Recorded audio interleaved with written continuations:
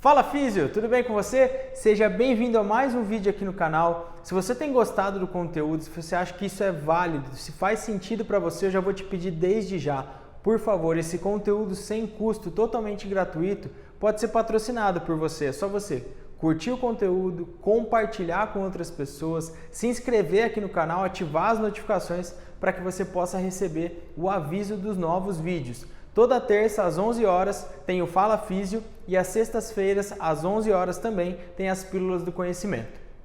Vamos lá, o vídeo de hoje eu quero mostrar para vocês um guideline, um guia prático de 2014 sobre fascite plantar. Ele fala sobre dor no calcanhar e fascite plantar. Então, a mesma pegada de outros vídeos que eu já fiz aqui para vocês, falando sobre prevalência, diagnóstico, intervenções. Vamos fazer um abordado, um apanhado geral desse tema aqui para vocês hoje.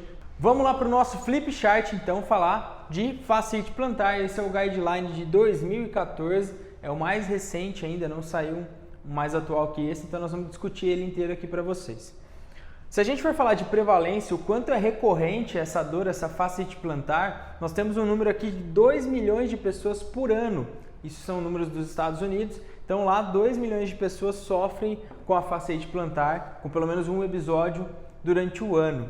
Lembrando também que é tão comum que pode representar 8% de todas as dores ou lesões musculoesqueléticas. É um número bem alto também quando se pensa por esse ponto de vista. 10% das pessoas vai ter um episódio de fascite plantar durante a vida. Então olha que interessante, é um número alto também, 10% das pessoas durante toda a sua vida vai experimentar um episódio de sentir esse incômodo na região da face plantar. E olha esse dado, na prevalência a gente pode ver que o quê? Quanto maior o medo do movimento, ou medo ao movimento, maior a incapacidade. Olha que interessante, as pessoas que têm mais medo de dar aquele primeiro passo, que é um relato comum que nós vamos abordar aqui, ela tem medo de descarregar o peso, de pôr o pé no chão, de dar o primeiro passo depois de um longo período de inatividade. E esse medo ele aumenta muito mais, ele potencializa a incapacidade nesse tipo de paciente. Então você tem que incentivar esse paciente, principalmente, nós vamos falar nas intervenções, mas aí quebrando essa barreira, se expondo gradualmente, que isso pode ser um diferencial na hora de abordar esses pacientes. Então falamos da prevalência, vamos agora para fatores de risco. Quais são os critérios que deixam uma pessoa mais suscetível, uma pessoa mais próxima a ter uma fascite plantar? O primeiro é uma diminuição da amplitude de movimento da dorsiflexão.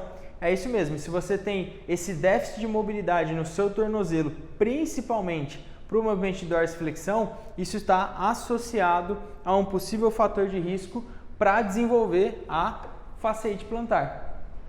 Segundo ponto, aumento da massa corpórea. Se vocês estão vendo aí, eu coloquei um asterisco aqui. Por quê? Não é simplesmente o aumento da massa corpórea, mas também em pessoas sedentárias. Às vezes você pode estar falando de um atleta, se ele está ganhando massa muscular, por exemplo, não quer dizer que esse é um fator de risco para ele desenvolver uma fascite plantar. Mas se eu tenho um aumento de peso em uma pessoa que é sedentária, isso sim pode ser um importante fator de risco. Então não é só aumento de peso por peso, é analisar o contexto. Terceiro ponto, corredores, principalmente corredores de rua, correm no asfalto. Está bem associado isso na literatura, vários artigos mostram que os corredores de rua tendem, durante a sua trajetória, a sua prática do esporte, aí, com o passar do tempo, a desenvolver pelo menos um episódio de fascite plantar. Então, também é um fator de risco. Quer dizer que, Ramon, então, porque eu corro, eu vou ter fascite plantar? Não. Mas claro que se você mexer em volume e intensidade de uma maneira abrupta, claro que se você não tomar os devidos cuidados, se você começar a ganhar peso e começar a intervalar a sua corrida, ou seja, eu não corro faz um mês, eu ganhei peso e eu vou voltar a correr, quero fazer o mesmo ritmo, o mesmo pace de antes, isso pode ser arriscado. Então tem que analisar o contexto para você não se auto-lesionar e não aumentar, não colocar na conta um fator de risco que não estava na sua conta. Atividades de suporte de peso no trabalho, mais pobre absorção de impacto. Então o que o guideline traz? Que quando eu tenho uma atividade diária que exige uma descarga de peso, um suporte de peso, ainda mais em condições de absorção pobres de impacto, então vamos pensar um cara que descarrega um caminhão. ele está lá de coturno, sei lá, de bota, é um calçado que não é tão confortável, está recebendo carga axial, né, de cima para baixo, com a ação da gravidade o dia todo, né, sustentando o peso ali em pé. Então, por exemplo, esse pode ser um fator de risco, né, um trabalho com suporte, descarga de peso e ainda mais com uma pobre absorção de impacto. Esse é um exemplo, né? A mesma coisa que eu posso falar de um atleta amador que às vezes, sei lá, está com um calçado antigo, treina na superfície instável, todo dia está treinando firme, é o trabalho dele, isso também pode ser um fator de risco. Então, tem que analisar esses pontos também. E aqui a gente fecha, então, com esses 4 pontos, os fatores de risco para a fasciite plantar.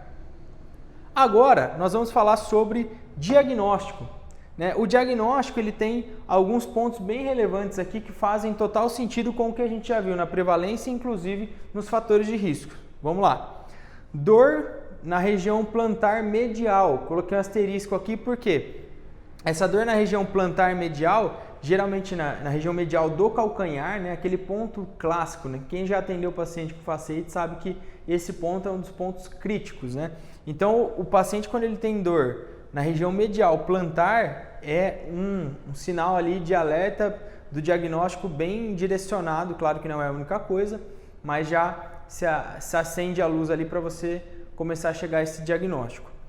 Fora isso, dor após atividade de impacto. Então, eu tive uma atividade recente de impacto, fui correr ou fui fazer um salto recentemente e aí a dor apareceu. Também é uma condição que pode envolver uma fasciite plantar. Terceiro ponto, dor à palpação na inserção da fáscia. Então, na inserção proximal da fáscia, a gente pode ter esse incômodo, assim como é bem comum, bem frequente, dor à palpação em vários pontos da face ou no trajeto da face plantar. Aparece demais nesses pacientes, né? Não só a palpação então da região medial calcânea, mas também toda a face, principalmente a inserção segundo o guideline. Próximo, quarto, teste de Windlass. O teste de Windlass é um teste irritativo, então você vai estressar, você vai fazer uma extensão dos dedos do pé e vai forçar para uma dorsiflexão, ou seja, você vai gerar tensão na região da face plantar. Se ao gerar essa tensão o paciente relatar dor, o teste é positivo e é considerado também um dos pontos para diagnóstico nesse estudo. Quinto ponto, teste do túnel do tarso. O teste do túnel do tarso é o contrário. Quando eu tenho um teste positivo, eu vou para outro diagnóstico. Eu começo a pensar em envolvimento dos tendões, de outros tecidos, outras regiões que mecanicamente, nesse caso, né, podem estar mais acometidos do que a própria fáscia. Então, ele é um teste que, quando negativo, ele reforça o diagnóstico de fasciite plantar. Então, nós falamos, vamos lá, teste de Windlass positivo. O teste do túnel do tarso, ele tem que dar negativo para eu confirmar o diagnóstico. Próximo, como a gente já falou, diminuição da dorsiflexão.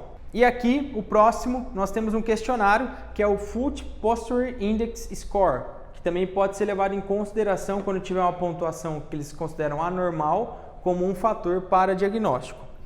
Por último, a gente já falou também lá no fator de risco, o paciente que teve um aumento da massa corpórea, principalmente sendo sedentário, não praticando uma atividade física. Isso é primordial. Também vai entrar nessa nossa lista para o diagnóstico. Então, nós já passamos ali por prevalência, fatores de risco, diagnóstico e agora a gente vai encerrar falando das intervenções e tem bastante coisa legal e interessante para você acompanhar até o final do vídeo. Vamos lá. Intervenções, terapia manual. Ele considera a terapia manual, e aí, pelo menos eu, Ramon, quando eu li esse artigo, o primeiro raciocínio já foi pensar, nossa, ganho de dorsiflexão, já vou atuar naquela região ali, ganhar mobilidade. Mas não é somente isso, claro que inclui o ganho da dorse, mas ele considera a terapia manual uma mobilização dos tecidos moles ali da região da fáscia plantar. Eu não gosto muito de usar o termo liberação, prefiro o termo de mobilização de tecidos moles, mas é a gente relaxar, soltar um pouquinho aquela musculatura, aquela região da fáscia, né? Na região plantar do pé. Então, terapia manual para dorsiflexão e também para a região plantar.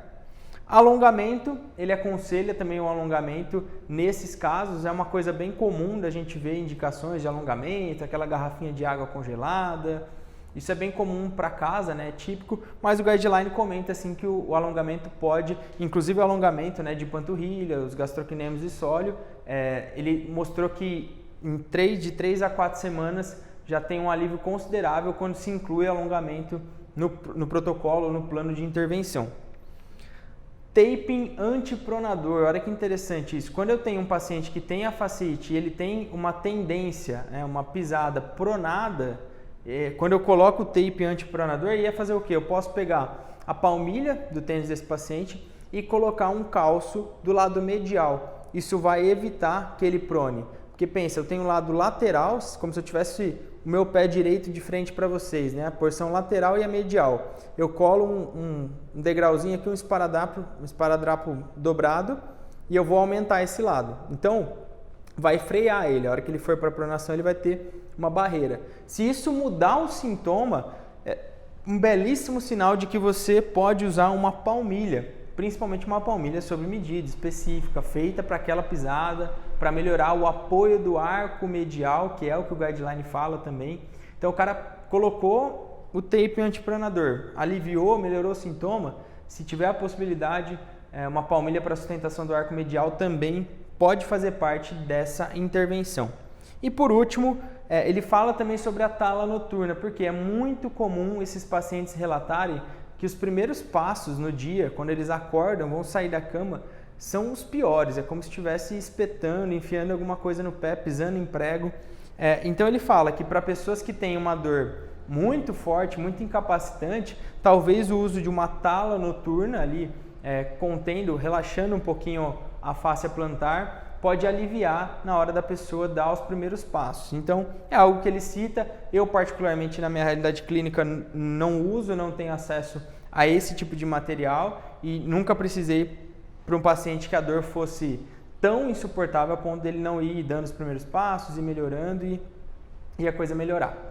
Esse foi então o guideline para fasciite plantar. Espero que vocês tenham gostado mais uma vez. Curte, compartilha, se inscreve no canal e deixa aqui sugestões para os próximos vídeos para eu continuar levando conteúdo para vocês e, se possível, contribuindo com o seu dia a dia. Um abraço e até o próximo vídeo.